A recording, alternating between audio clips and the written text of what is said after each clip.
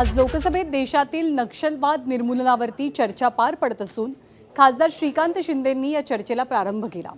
छत्तीसगडमधील बस्तरमधनं नक्षलवाद पूर्णतः संपुष्टात आलेला असून देशातील डाव्या विचारसरणीचा अतिरेकीपणाही संपवण्यात आल्याचं केंद्रीय गृहमंत्री अमित शहांनी लोकसभेत बोलताना म्हटलं। सोबतच पंतप्रधान नरेंद्र मोदींच्या नेतृत्वात भारत नक्षलवाद मुक्त झाल्याची घोषणा अमित शहांनी केली। देशातल्या नक्षलवादावरती निवेदन देताना अमित शहांनी काँग्रेसवरही निशाणा साधला।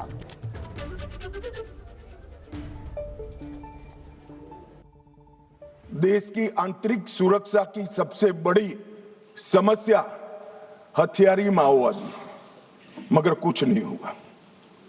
मान्यवर 2014 में परिवर्तन हुआ और मोदी जी के शासन के अंदर कई सारी बरसों पुरानी समस्या का निराकरण हुआ।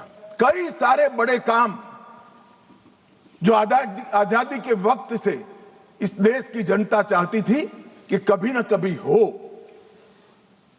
वो सारे काम नरेंद्र मोदी जी के 12 साल में हुए और अब ये नक्सलवाद से मुक्त भारत की रचना भी नरेंद्र मोदी जी के शासन के अंदर ही हो रही है। तर महाराष्ट्रातही माओवाद संपुष्टात आलेला असून नक्षलींविरोधात लढणाऱ्या C60 कमांडोचा सरकार सत्कार करणार असल्याची घोषणा मुख्यमंत्री आणि गृहमंत्री देवेंद्र फडणवीसांनी केली आहे। महाराष्ट्रामध्ये माओवाद हा जवळपास संपुष्टात आणला। एक प्रकारे महाराष्ट्र माओवादापासून मुक्त करण्याचं काम केल्याबद्दल पोलिसांचं मी अभिनंदन देखील केलं आणि ज्या लोकांनी किमान 3 वर्ष